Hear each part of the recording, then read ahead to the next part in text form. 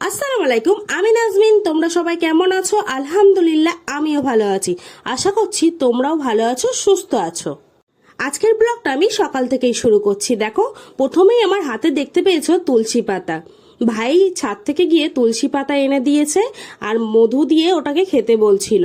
আসলে আমার প্রচুর কাশি হয়েছে, ওই জন্য তুলসী পাতার মধু খেলে নাকি কাশি কমে যায়। তারপর ভাই হচ্ছে কলেজে যাবে বলে একটু বোতলে পানি ভরে দিতে বলল। তো আমি তো নিয়ে যাচ্ছি, বোতলটা একদম ভালো করে ধুয়েছি, ধুয়ে তারপর দেখো পানি ভরে দিলাম। তারপর আমি ওকে দিয়ে দেবো। ও তো খুব তাড়াতাড়ি করছিল যে তাড়াতাড়ি দে, যেহেতু দেরি হয়ে গেছে, ও পড়তে গেছিল, তো আস্তে আস্তে দেরি হয়ে গেছে। তো দেখো আমি তো ভাইকে দিয়ে দিলাম।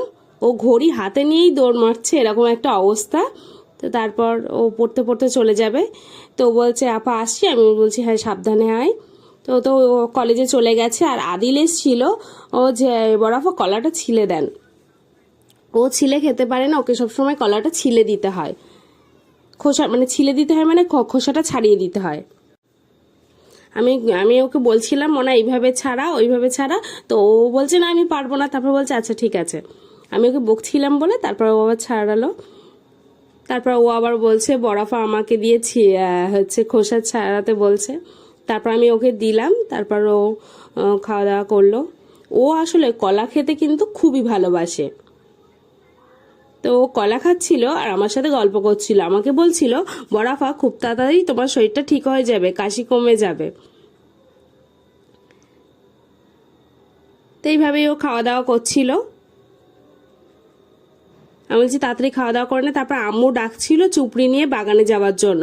তো আমি তো চুপড়ি নিয়ে বাগানে চলে যাচ্ছি। তো আদিলও কিন্তু বাহানা করছিল আমিও যাব। আমি বললাম তোকে যেতে হবে না মশা। তারপর চলে এসেছি। আম্মু বলছে কয়েকটা পেঁপে পেকেছে, সেগুলো পাখিতে খেয়ে নিচ্ছে, তাই আম্মু পাড়ছিল। দেখো পেঁপে। তো আম্মু তো পেঁপেটা খুব পাড়ার চেষ্টা করছিল। দেখো তারপর পেঁপেটা পড়েছে। আসলে বড় বড় পেঁপে বড় বড় পেঁপে হয়েছে। এবার একদম পুরো পেকে গেছে। ভাই আগের দিন পারবে পারবে করে ও আর পারতে ওর মনে নেই। আজকে এসে দেখছি পুরো পেকে গেছে। এবার আম্মু পারতেও ভয় পাচ্ছিল যে পারলেই তো এক্ষুনি ফেটে যাবে, পুরো নিচে পড়ে সেটা নেওয়াই যাবে না। তো তাও বলছে দেখি, তাও পেরে দেখি যদি পারা যায়। তো চেষ্টা করছিল, তো যেখানে পারার চেষ্টা করছিল তো হচ্ছিল না।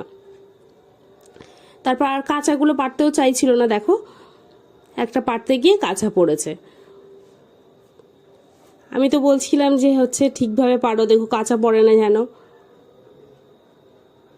তা আম্মু তো অনেক চেষ্টা করছিল। তা তারপর এইভাবে পারলো। তারপর আমি বললাম তাহলে হচ্ছে যে পেঁপেগুলো পড়েছে সেইগুলো আমি তুলে নিই। দেখো এই যে পেঁপে।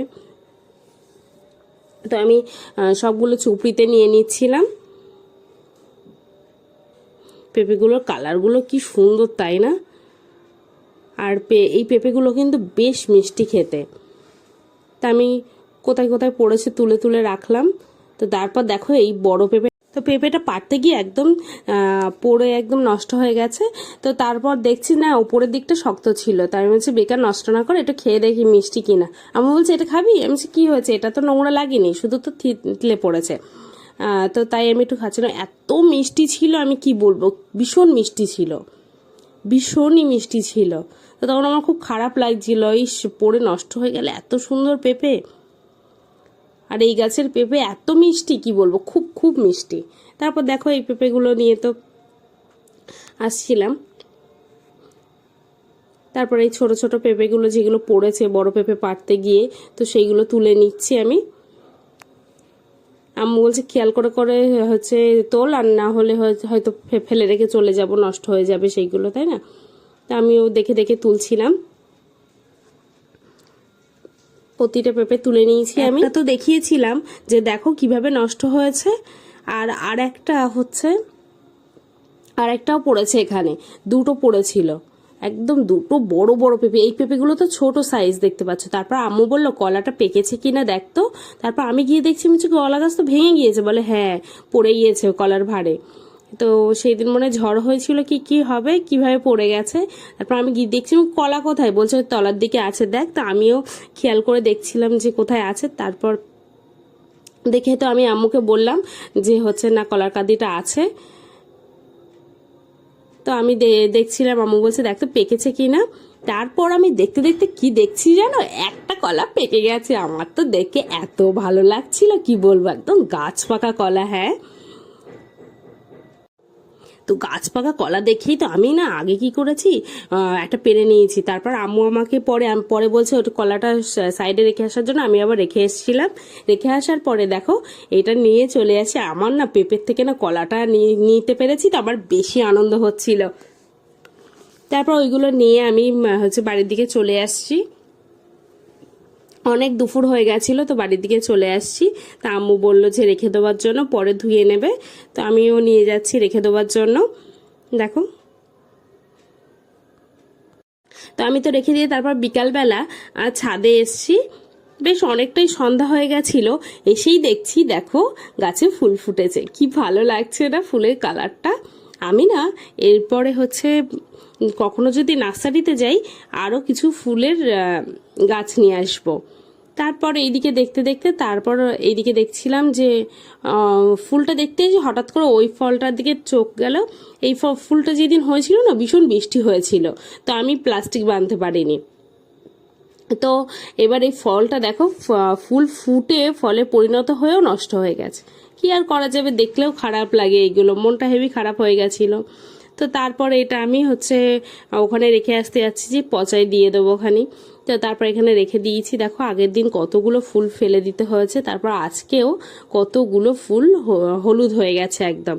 দেখো একদম লাস্টের দিকে এসেও যদি না হয় তাহলে কি বলবো, একদম হলুদ হয়ে যাচ্ছে।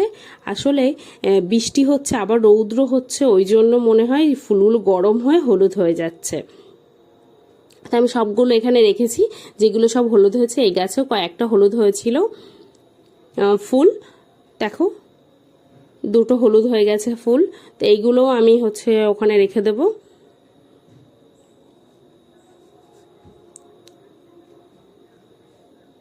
তো রেখে দেবো, তো আমি রেখে দিয়েছি। তারপর এই গাছের একটা ফুল হলুদ হয়ে গেছে, তা এটাও আমি ওতে তুলে নিলাম। আম্মু বলছে যে কটা হলুদ হয়েছে প্রতিটাই তুলে নে। সবগুলো আমি তুলে নিয়েছি।